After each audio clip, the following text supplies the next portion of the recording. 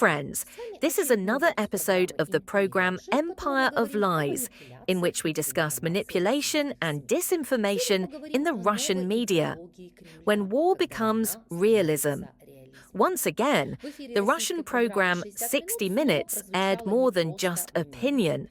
The speech articulates a new Kremlin ideology, a mixture of fear, fatalism, and pseudo-geopolitical realism, where whoever has the most oil, gas, and missiles is right. 1. Peace as betrayal. The program begins with a recurring thesis. The West is supposedly preventing President Trump from achieving peace, while Europe is drawing the US into a major European war. The key to this assertion isn't the accusation, but the substitution.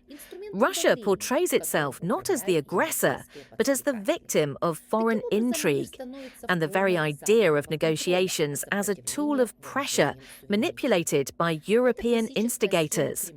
Thus, peace becomes a form of Western control, and resistance an expression of sovereignty. This is a classic pattern of Kremlin rhetoric: reverse responsibility and cast the West as the instigator, even when Moscow is waging war.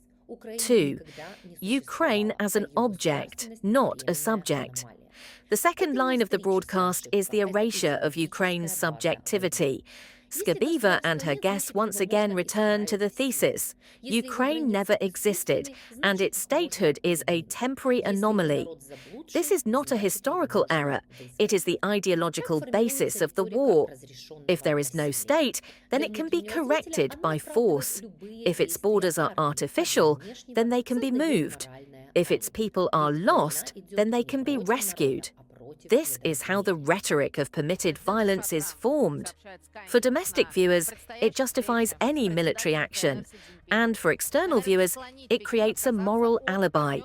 After all, the war is not against the people, but against a misunderstanding.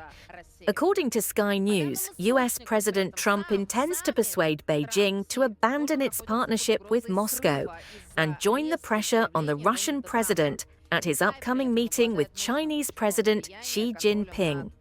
According to sources, the Trump-Xi summit itself is also in danger of being disrupted due to Donald Trump's harsh statements. China, meanwhile, wields powerful leverage, controlling 90% of the world's rare earth metal production. Meanwhile, India is playing its own double game. Having increased its imports of American oil to a record 540,000 barrels per day, New Delhi maintains Russia as its main supplier. For example, Polish Minister Tusk just stated in an interview with The Times that Ukraine, it turns out, has the right to attack Russian-linked targets anywhere in Europe. He called on Europeans to finally adopt the Polish way of thinking and support the Zelensky regime. Zelensky himself, left without tomahawks, is again threatening Russia with new long-range strikes, as he put it, expanding the strike zone. 3. Europe as a market, not a union. The next layer is economic. Europe is described not as a community of values, but as a market to be carved up. The presenter lists Hungary, Turkey, India, China, all playing their own game, all dual partners. The message behind this is simple: European unity is a fiction. Everyone thinks about money, do the same. This is precisely the meaning of the phrase about Europe's premium market, which the Americans entered after sanctions. Sanctions are not a means of pressuring an aggressor, but a way to enrich Washington. This is an attempt to infect Europe with cynicism, to replace principles with accounting, and to instill the idea, you're paying for someone else's war. 4. A blow to solidarity and the law. When the confiscation of Russian assets or the financing of Ukraine are discussed on air, the emphasis is crystal clear. Europe is robbing Russia, getting into debt, and enriching arms concerns. All of this serves one purpose: to destroy the sense of moral unity in European society and portray solidarity as economic madness.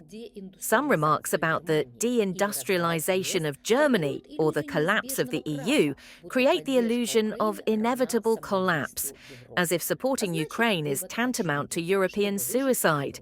Therefore, the conclusion is obvious: to survive, Europe must surrender. 5. Russia will win, so we must strike now.